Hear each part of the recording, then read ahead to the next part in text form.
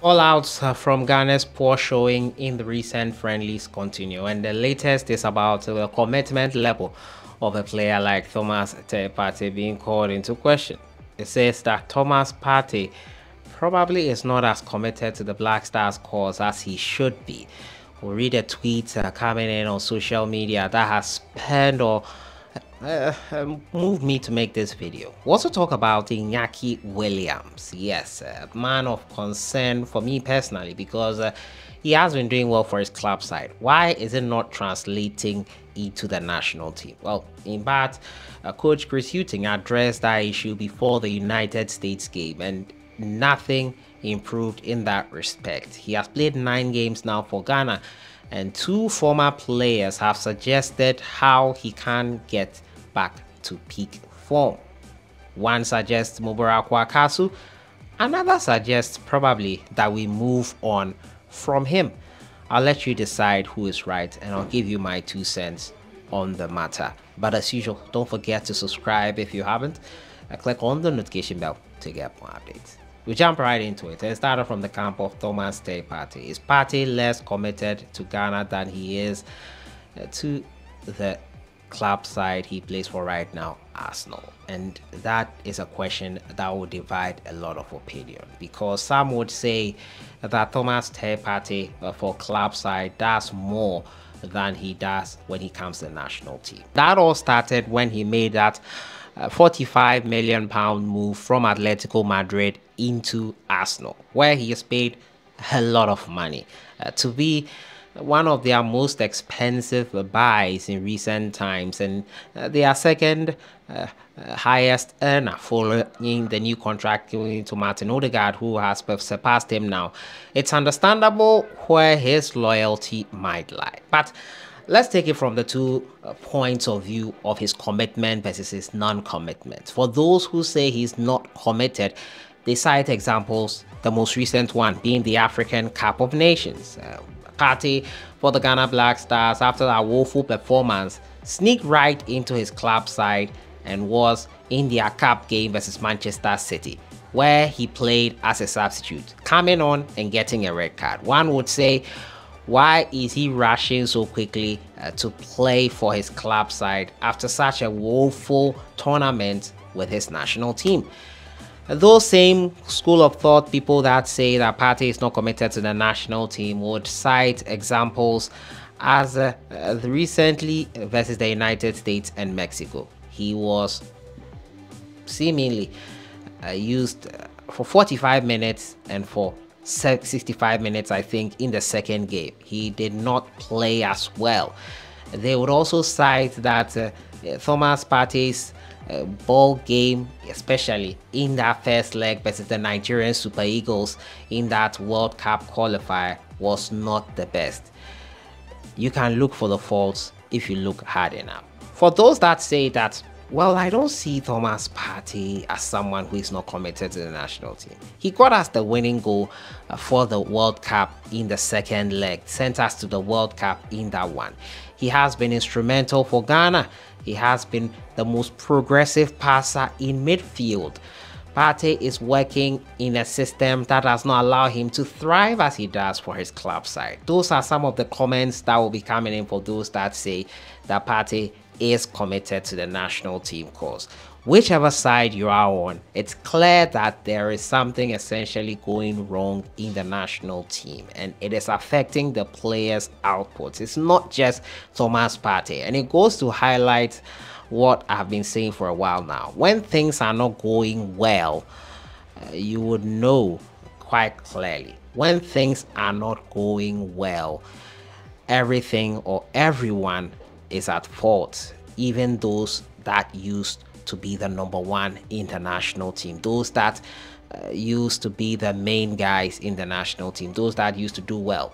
When things are not going well, when Ghana is winning matches or when Ghana has won matches, who is talking about Partey not being committed to the national team cause? Those that say that when it's getting close to a friendly or a game for the national team, Partey it comes out that from Arsenal that he's injured and not available. The Ghana national team at some point in time had to assess him themselves, or waiting to assess him themselves before they conclude. Partey didn't come through for that assessment. The problem is that there are deep-seated issues in the national team. The national team has problems with player selection.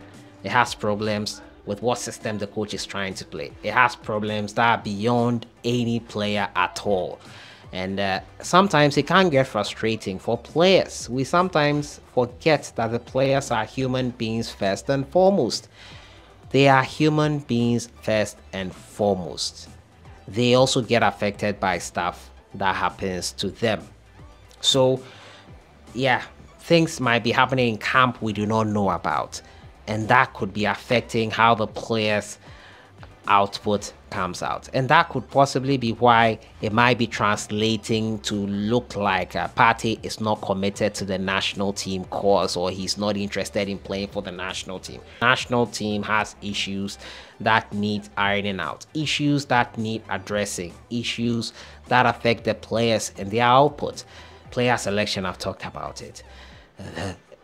Divisions in camp, sides being taken. There are so many things happening behind the scenes we might not be privy to that could be affecting the player's output. But that being said, as a professional, you have to get the job done. But then they are human beings as well. They get affected by issues that happen in camp. So it's a balancing act for some of these players when it comes to those things. But I'll put the question to you. Do you think Thomas Partey's commitment to the national team is in question? Is he less committed to the national team than he is to his club side? There are instances you could make that argument, but there are also instances he has shown and proving his worth for the national team. Do we highlight the bad ones and forget the good ones and conclude that the bad one indicates what he generally is? To me, it would be unfair. Address the issues with the systems we are going to use, with the players we want to call, with the player interferences in call-ups. Address those basic issues and see if players would not thrive. I've said all this, but then if you are wearing the national team badge, you have to give your 100%. Then again, make the system and environment conducive for that. But let me know what you think in the comments. But Inaki Williams is my next story here, and according to a former player, he's in the person of Yao Amankwa Mreku. He believes that Inaki Williams has not done enough to merit a place in the Black Stars and should be excused from the team.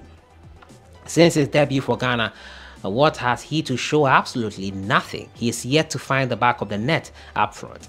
And other players also deserve a chance to demonstrate their abilities. Inaki needs to be excused from the team because he has over 9 appearances and he has nothing to show for it, he told Happy FM. Do you agree with this? Well, I think this is a bit myopic if you ask me. Inaki Williams has been thriving for his club side and scoring goals left, right, center. Since the international break in September, he scored 3 goals, provided 1 assist, nominated for the Player of the Month award, probably will win it. So why do you come in here and say that Inaki Williams is nothing to show for it? It is a problem with the team itself. It is a problem with our midfielders and how they don't provide the services that the forwards need. Antoine has suffered it. Though Antoine has scored his goal, provided an assist and done a few things, if you watch closely, he's also been suffering from that. Inaki thrives better on the right side. Chris Hughton has not played him there since he came into the team. So how can you blame him so much? Inaki Williams needs service to thrive, and Chris Hughton alluded to that fact himself. Another school of thought coming in from Dan Quay is that players like Mubarak Wakaso would help him score goals. Well, he expressed the belief that inclusion of Mubarak Wakaso in the Black Stars could be key to helping Inaki Williams overcome his struggles in front of goal. This is what he said. It's about time we reinstate some of the experienced players in the Black Stars. Inaki has struggled to score for the national team since switching allegiance because of our midfielders. That I agree with. He continued, I believe Mubarak Wakaso, who is able to deliver long balls to attackers, can help him resolve his goal scoring woes with the Black Stars. Wakaso always ensures he feeds strikers with the balls, and he has the experience for long passes. Much like Sulemuntari, we are the Brazil of Africa, and we must respect that.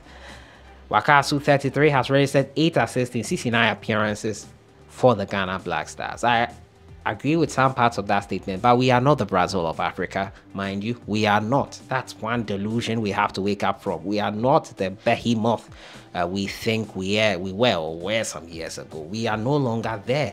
We have to accept that reality and work towards getting back to that. You have to accept we have a problem. We are not there any longer.